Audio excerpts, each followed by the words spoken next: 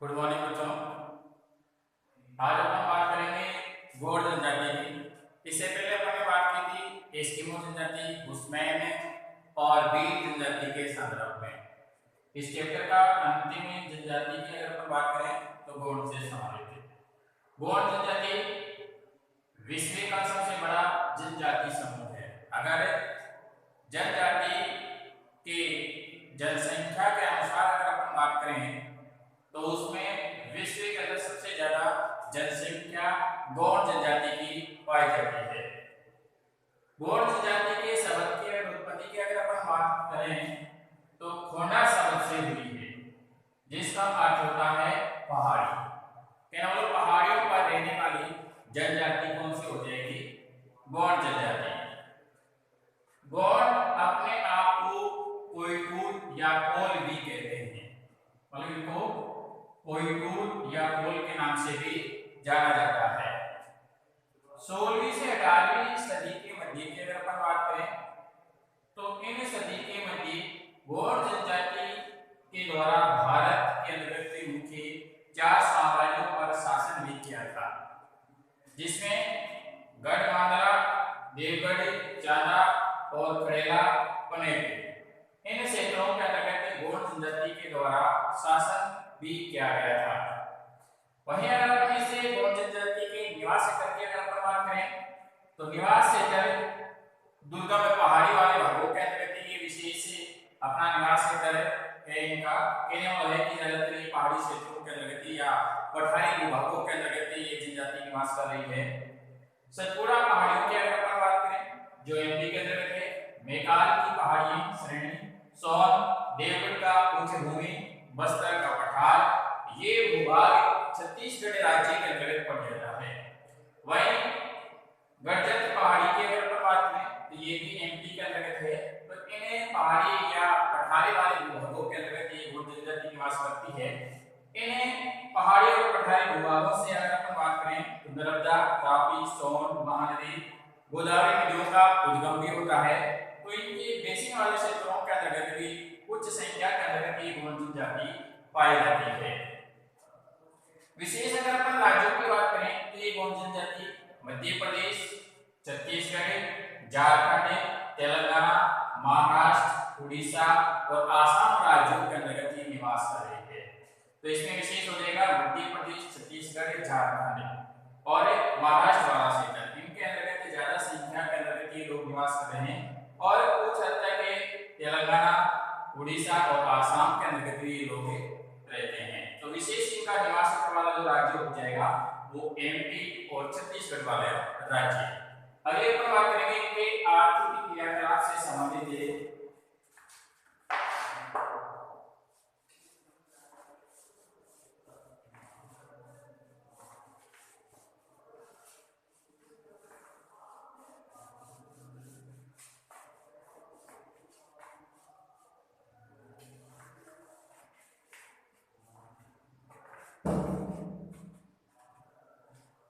आर्थिक क्रियाकलाप।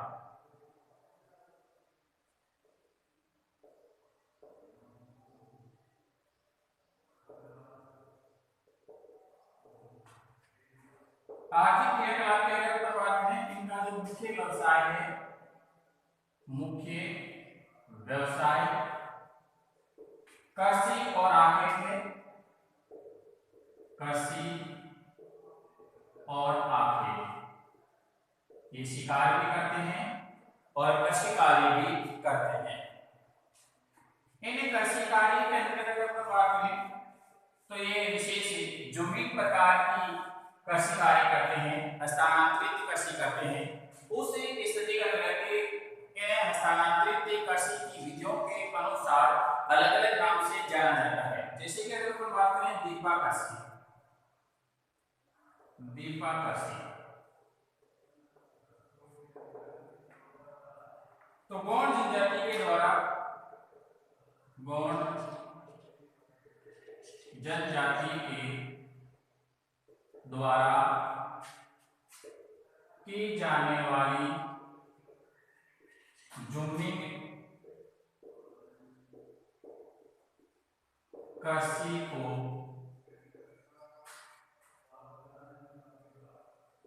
दीपाकर्षी के नाम से जाना जाता है,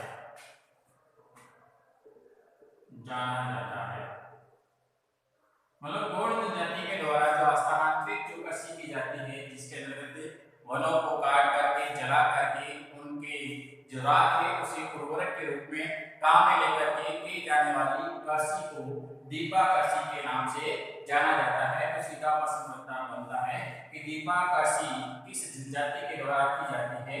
गौड़ जनजाति के द्वारा। ये विशेष मैदानी भागों के अंतर्गत की जाती है।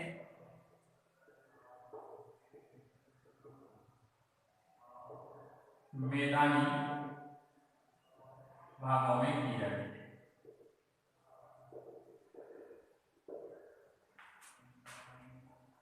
अब ये अपन बात करें पेंडाकृषि।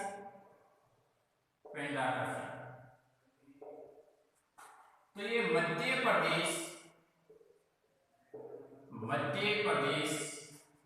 के बस्तर की में जो तिरवे ढाल वाली जो पहाड़ी है, तिरवे पहाड़ी ढालों पर सीढ़ीदार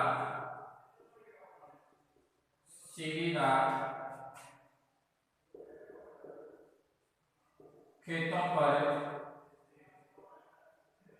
की जाने वाली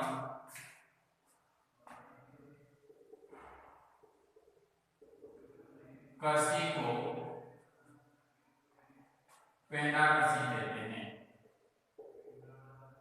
पेंडाकृषि कहते हैं। तो अगर अपन बात करें गौड़ जनजाति के द्वारा जो मैदानी भागों के अंतर्गत स्थानांतरित कृषि की जाती है तो उसे दीपा के नाम से जाना जाता है। वहीं अगर अपन बात करें पहाड़ी के ढलानों पर सीढ़ीनुमा खेत बना करके और वहां पर भी स्थानांतरित कृषि की जाती है, उसे पेंडाकृषि के नाम से जाना जाता है। दोनों ही स्थानांतरित कृषि ही है, लेकिन इसमें अंतर यही है कि मैदानी भूभागों के अंतर्गत की जाने वाली कृषि को दीपा और पहाड़ी ढालों पर स्थानांतरित कृषि जो सीढ़ीदार खेत बना करके की जाती है उसे पेंडाकृषि के नाम से जाना जाता है। जो हमने पहले भील जनजाति से संबंधित बात की थी, भील जनजाति के द्वारा भी मैदानी और पहाड़ी ढालों पर की जाने वाली कृषि को अलग अलग नाम से जाना जाता है। जो पहाड़ी ढलानों पर की जाने वाली कृषि को चिमाटा और मैदानी भागों में की जाने वाली कृषि को दजिया के नाम से जाना जाता है। ऐसे ही गौड़ जनजाति के द्वारा पहाड़ी ढलानों पर सीढ़ीदार खेत बनाकर के की जाने वाली कृषि को पेंडाकृषि और मैदानी भागों के अंदर की जाने वाली स्थानांतरित कृषि को दीपाकृषि के नाम से जाना जाता है। सीधा प्रश्न भी बनता है दीपाकृषि और पेंडाकृषि में अंतर है या ये दोनों ही कृषि किस जनजाति के द्वारा की जाती है। अगले पर बात करेंगे इसमें कुरुक्षेत्र, केवट और दीवर, ये वर्ग के जो गौड़ जनजाति वाले जो लोग हैं, जनजाति के लोग मछली पकड़ने का कार्य करते हैं। मछली पकड़ने का व्यवसाय करते हैं। इनका जीवन निर्वाह का मुख्य व्यवसाय है मछली पकड़ने का। अभी अगर अपन बात करें इन्हीं के अतिरिक्त एक रावत वर्ग पाया जाता है। रावत वर्ग के गौड़ जनजाति के लोग, इनका जो मुख्य व्यवसाय हो जाएगा एक तो हो जाएगा पशुचारण, भेड़ बकरी, और पशुओं का पालन भी करते हैं। तो ये विशेष दूध बेचने का कार्य भी करते हैं। दूध बेचने का कार्य करते हैं। तो दीपाकृषि, पेंडाकृषि, इनके अंदर अगर अपन तीन वर्ग की बात करें गौड़ जनजाति की, कुरुखे, केवटे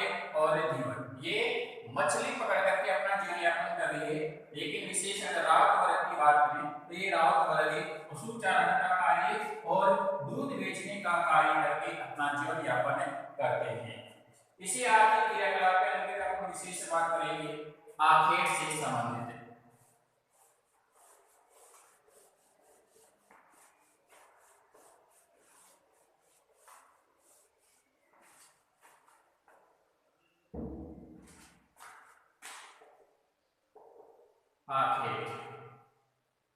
आखेट की अगर हम बात करें तो ये ज्यादातर लोग जानवरों का शिकार करते हैं, जानवरों का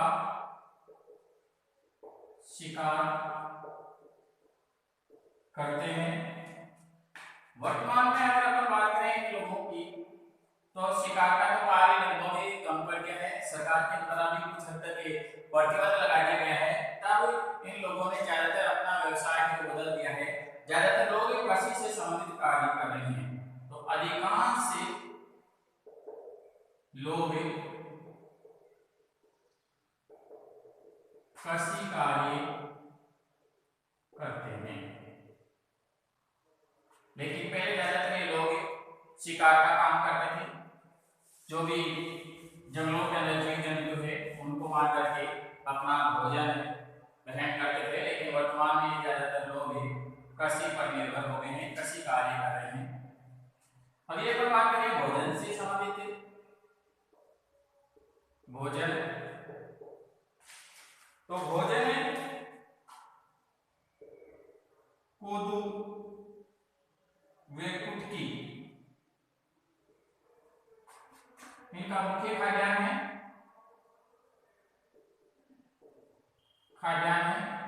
तो कोदू और कुटकी की अगर अपन बात करें तो ये एक बाजरा की प्रजाति के रूप में ही है, मतलब बाजरा जैसा ही एक अनाज होता है जो कोदू या कुटकी के नाम से जाना जाता है, जिनका ये उपभोग करते हैं।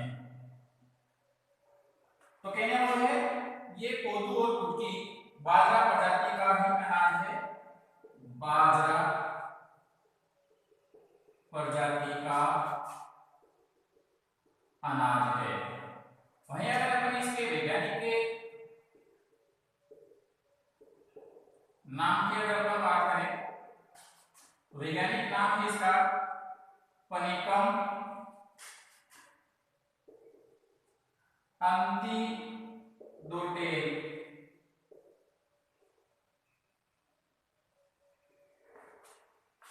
तो केवल बाजरे की प्रजाति का ही ये अनाज पाया जाता है, कोदू और कुटकी, जिनका उपभोग ये गौड़ जाति के लोग करते हैं। वहीं अगर अपन बात करें उत्सव या त्योहारों से संबंधित है, तो उत्सव और त्योहारों पर ये विशेष चावल बनाते हैं। उत्सवों वे त्योहारों पर चावल बनाते हैं। ये मांसाहारी भी होते हैं, मांसाहारी भी होते हैं, तथा ये लोग भी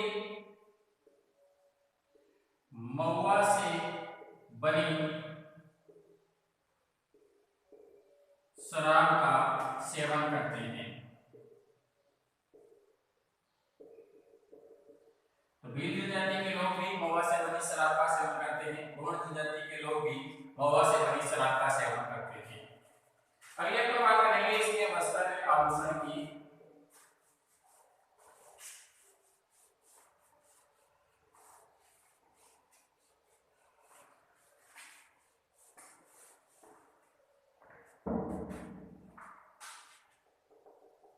वस्त्र वे आभूषण, तो वस्त्र की अगर अपन बात करें तो पुरुष धोती कमीज पहनता है, धोती कमीज। वहीं अगर अपन स्त्रियों की बात करें तो स्त्रियां साड़ी पहनती है,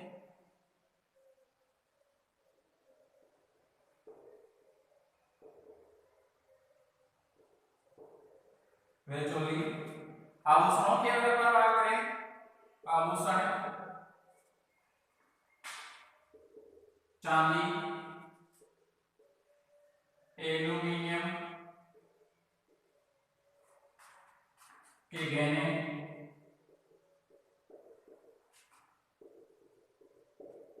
पहनते हैं, तथा इनकी स्त्रियों को विशेष कांच की रंग बिरंगी चूड़ियां वे गले में काले मनकों जो बिने होते हैं, मनकों वे कोड़ियों से बना हार पहनती है।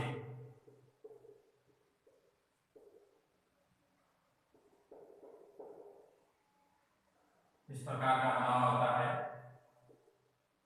काला मनकों के गले के अंदर हार बना करके पहनती है और कांच की रंग बिरंगी चूड़ियां पहनती है। विशेष अगर अपन बात करें इसमें, तो स्त्रियां अक्सर अपने शरीर पर गोदना खुदवाती है।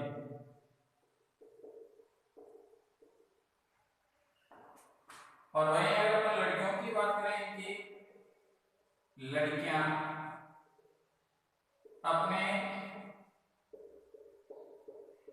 बालों के जुड़े में सफेद बांस से बने आधे दर्जन, लगभग 6 आधे दर्जन तक कंघे अपने बालों के अंदर फंसा के रखती है ये। तो अगर अपन गोदना की अगर अपन बात करें तो विशेष हाथ पे कुछ लोगों के लिखा हुआ रहता है उनका नाम वगैरह, ठीक है। तो इस प्रकार के हाथों पे या शरीर के अंगों पे कुछ गोदने के द्वारा उनके ऊपर कुछ डिजाइन, फूल पत्ती या कुछ नाम वगैरह लिखवा दिया जाता है। वह उम्र उनकी वो निशानी उसे हाथ पे उसे अंग पे रहती है। तो ये विशेष प्रथा है वो गोंड जनजाति के अंदर पाई जाती है। विशेष महिलाएं हैं वो अपने शारीरिक अंगों पर ये गोदना चित्र वगैरह बनवाती रहती है, इनके जो भी मेले वगैरह लगते हैं उनके अंदर। अगले पर बात करेंगे इनकी निवास से गधे से संबंधित है।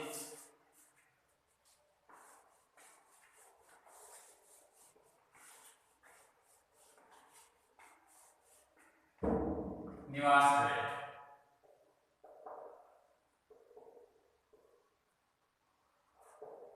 निवास गृह की अगर अपन बात करें, नंगले जिसे पल्ली भी बोलते हैं, अपनी भाषा में घाणी बोल सकते हैं। 15-20 घरों के आवास का जो अधिवास होता है उसे नंगले या पल्ली के नाम से जाना जाता है। यहाँ पे छोटे छोटे गांवों में निवास करते हैं।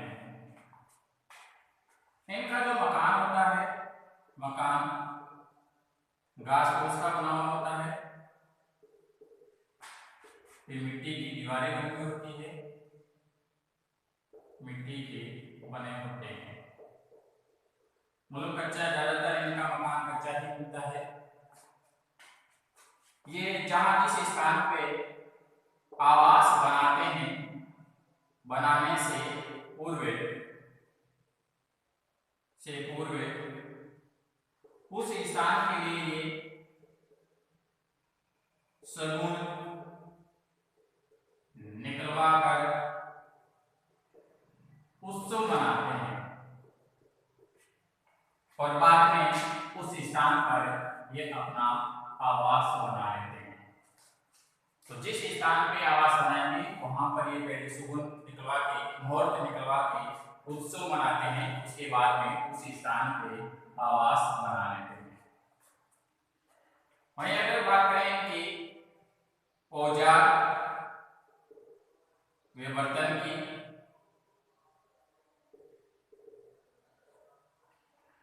तो औजारों की अगर हम बात करें तो ये खुरपी, फावड़ा, दराती, कुल्हाड़ी आदि रखते हैं जो कृषि कार्य के लिए विशेष काम में लेते हैं। वहीं लकड़ी का कुछ सामान ये स्वयं भी बना लेते हैं। लकड़ी का सामान ये लोग स्वयं ही बना लेते हैं। लेकिन लोहे की जो वस्तुएं हैं वो लोहार के द्वारा बनाई जाती है, ये खुद नहीं बनाते हैं। वहीं चारपाई जो सोने या बैठने के लिए काम में जाती है। लकड़ी की स्टूल, वेदरिया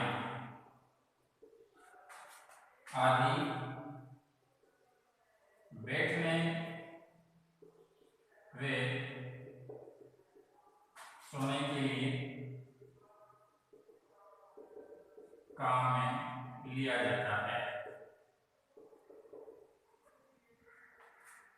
तो ये इनका हो गया निवास गृह से संबंधित। ज्यादातर ये छोटे समूह या आदिवास के रूप में रहते हैं, लेकिन छोटे छोटे गांवों के अंदर ये निवास कर रहे हैं। इनका जो मकान है वो घास फूस और मिट्टी से बना हुआ होता है। जहाँ किसी स्थान पे मकान बनाते हैं उससे पहले ये बहुत या समूह निकलवाते हैं, बाद में उस स्थान पे उत्सव मनाते हैं और बाद में अपना आवास का निर्माण करते हैं। अभी अपन बात करेंगे इसमें इनकी समाज व संस्कृति से संबंधित है। तो ये हो गया इनका आर्थिक क्रियाकलाप, इनका अवस्था कैसा है, आपके भोजन, निवास। अभी अपन बात करेंगे समाज व संस्कृति की। समाज व संस्कृति, समाज और संस्कृति की अगर अपन बात करें, इनका जो समाज है वो पितृसत्तात्मक है, सत्तात्मक है।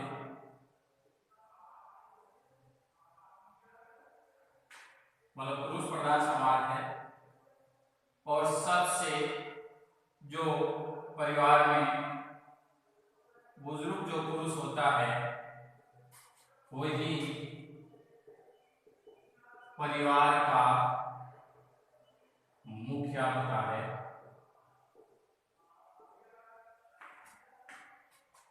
वहीं अगर अपन बात करें पटेल, इन शब्दों को विशेष याद रखना।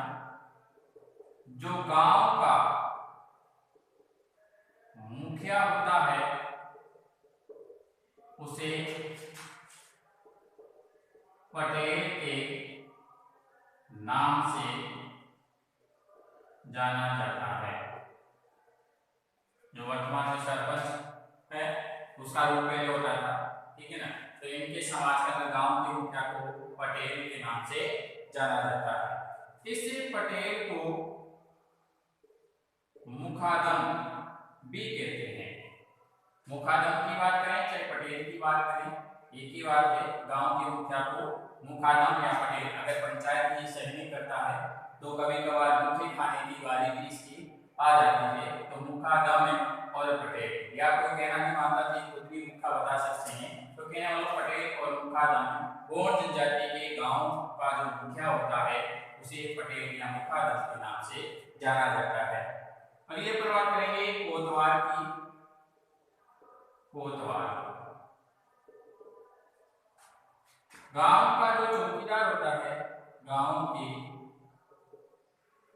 चौकीदार को कोतवाल कहा जाता है। वहीं अगर बात करें देवारी, देवारी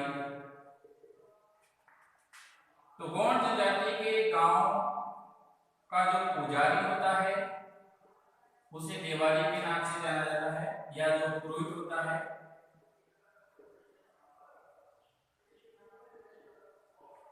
देवारी कहते हैं।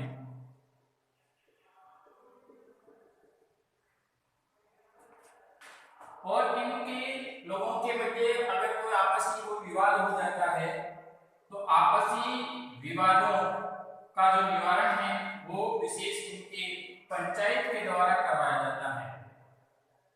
पंचायत, और जिसमें मुख्य पटेल या मुखादम होता है, इसका संचालन करने वाला, और इसके द्वारा इन गौण जनजाति के लोगों के बीच में अगर कोई विवाद की स्थिति बन जाती है तो उस विवादों के निवारण इनके पंचायत के द्वारा किया जाता है। अगली अपन बात करेंगे विवाह से संबंधित, तो इनके समाज के संस्कृति के अनुरूप विवाह की अगर अपन बात करें, विवाह तो ये सेवा विवाह भी करते हैं। पुरुष ससुराल रहता है 4-5 साल, और जब सास ससुर खुश हो जाते हैं उसे पुरुष के काम से, तब वो अपनी लड़की उस लड़के के साथ में भेज देते हैं। विनिमय विवाह कन्या का मूल्य चुका करके और कन्या के साथ की जाने वाली शादी को विनिमय विवाह के नाम से जाना जाता है। या फिर हरण विवाह। हरण विवाह कन्या की इच्छा किसी लड़के के साथ विवाह करने की होती है और उसके अगर समाज उससे स्वीकृति नहीं देता है, उस स्थिति के अंतर्गत वो गौण जनजाति का जो लड़का है उसे लड़की को अपहरण करके उसके साथ में विवाह कर लेता है। तथा विधवा विवाह। विधवा विवाह का प्रचलन भी है। किसी स्त्री का पति अगर किसी कारण से मर जाता है, वो स्त्री अगर विधवा हो जाती है तो दूसरे पुरुष के साथ में भी विवाह कर सकती है, या कोई पुरुष उस महिला के साथ में भी विवाह कर सकता है, उसे विधवा विवाह के नाम से जाना जाता है। वहीं अगर अपनी की भाषा की अगर अपन बात करें तो इनकी जो बोली है, बोली वो द्राविडियन भाषा की है। इस द्राविडियन भाषा के अंतर्गत विशेष तमिल और कन्नड़ का मिश्रण रूप से ये बोलते हैं। धूलिया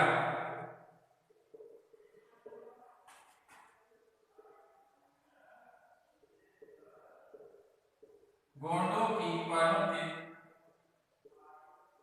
गायक गाने वाली जो जाति होती है, गौण जनजाति के अंतर्गत कुछ गायक लोग जो होते हैं, गायक की जाति होती है, उसे धूलिया के नाम से जाना जाता है। वहीं अगर अपन बात करें प्रधान की, प्रधान तो गोंडों की मान्यताओं वे इतिहास को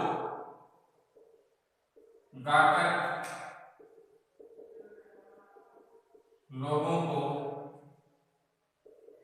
सुनाते हैं। उन लोगों को प्रधान के नाम से जाना जाता है। अपन लोगों के जोराव होते हैं जो अपने पीढ़ी का पूरा बखान करते हैं, ऐसे ही गौण जनजाति के लोगों के अंदर किस प्रकार की मान्यता रही है, उनका इतिहास किस प्रकार का रहा है, उनको गाकर के सुनाने वाले जो लोग होते हैं उन्हें प्रधान के नाम से जाना जाता है। वहीं अगर अपन बात करें पूर्णिमा को चांदनी रात में ये लोग इकट्ठे होते हैं, इकट्ठे होकर के गाने में नाचते हैं, का ये पूरा आनंद लेते हैं।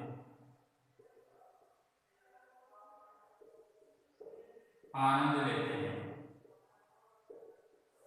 चांदनी रात को विशेष पूर्णिमा के दिन गांव के या जो इनके नांगल या पल्ली के लोग जो होते हैं वो एक जगह इकट्ठे हो जाते हैं और एक जगह इकट्ठे होकर के गाते हैं और डांस भी करते हैं और काफी रात तक ये नाच और गाने के द्वारा आनंद उठाते हैं। ये इनका मनोरंजन का विशेष साधन हो गया। वही अगर हम बात करें इनकी देवता और देवियों की,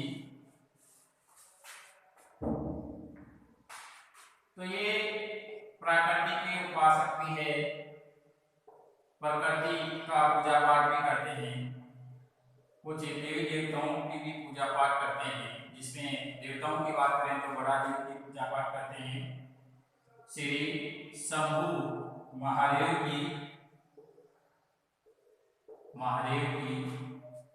वे वर्षा से इन देवताओं की पूजा पाठ करते हैं और साथ ही देवियों की भी पूजा पाठ करते हैं। तो विशेष शीतला माता की ये पूजा पाठ करते हैं और छोटी माता।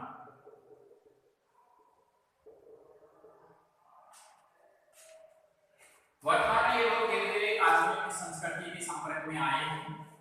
तो वर्तमान में इनके खान पान, रहन सहन और इनकी जो मुख्य अर्थव्यवस्था के अंतर्गत बदलाव की स्थिति बनी है, इनके व्यवसाय के अंतर्गत भी बदलाव की स्थिति बनी है। वर्तमान में ये लोग न केवल आगे और कृषि से संबंधित कार्य कर रहे हैं, लेकिन अन्य व्यवसायों के अंतर्गत भी ये धीरे धीरे लोग अपने आजीविका प्राप्त करने के लिए काम कर रहे हैं। तो अगर अपन बात करें आधुनिक संस्कृति से संपर्क, आधुनिक संस्कृति के संपर्क की अगर अपन बात करें तो इनके अंदर एक कबाड़ी प्रथा पाई जाती थी। वर्तमान के अंदर सरकार के द्वारा पूर्ण रूप से प्रतिबद्ध कर दिया गया है, लेकिन पहले कबाड़ी प्रथा पाई जाती थी। तो ज्यादातर ये प्रश्न कई बार पूछा गया कबाड़ी प्रथा होती क्या है। तो इसे गौण जनजाति के लोग कोई भी छोटा सा अगर कर्ज ले लेते थे, छोटे से कर्ज को चुकाने के लिए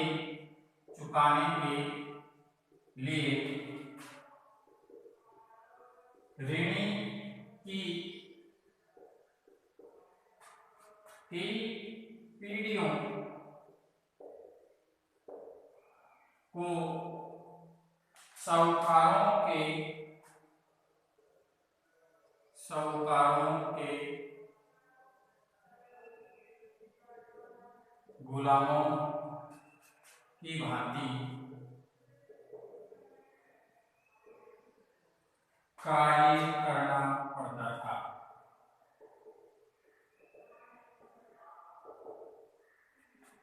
तो उनके आजीवन पीढ़ी है उसे साहूकार के नियंत्रण में काम करती थी।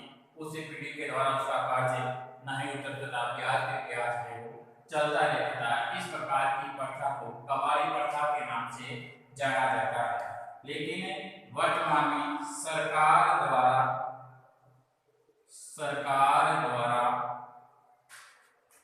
इनके जीवन स्तर में सुधार लाया गया है। इन कबाड़ी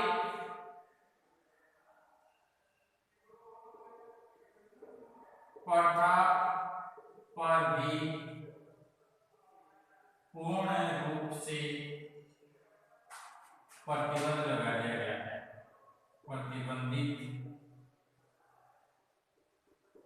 कर दिया है।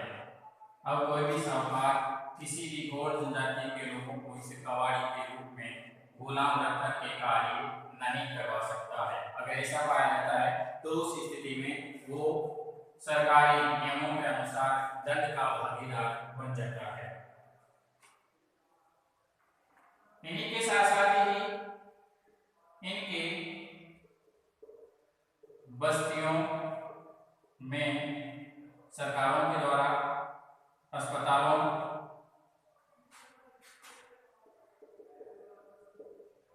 विद्यालयों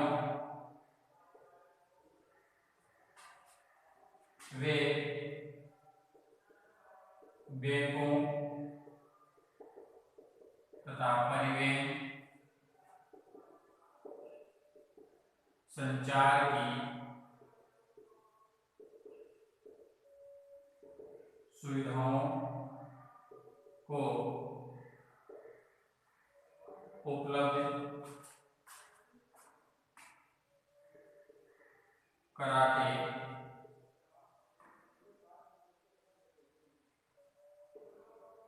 इनका जीवन स्तर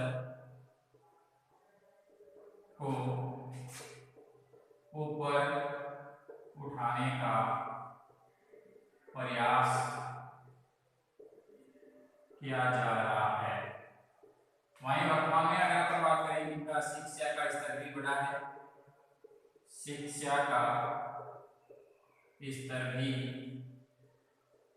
बढ़ा है, जिसके कारण वर्तमान का है कि लोग पढ़ लिख के सरकारी पदों पे और विभिन्न प्रकार के व्यवसायों का धीरे धीरे संलग्न हो रहे थे। तो विशेष ही कवाली पट्टा से संबंधित कई बार प्रश्न है बोर्ड एग्जाम के लेकर के पूछा गया है। तो ये अपन ने बात की थी विश्व की प्रमुख जनजातियों से संबंधित एस्किमो, बुशमैन, भील और गोंड जनजाति से संबंधित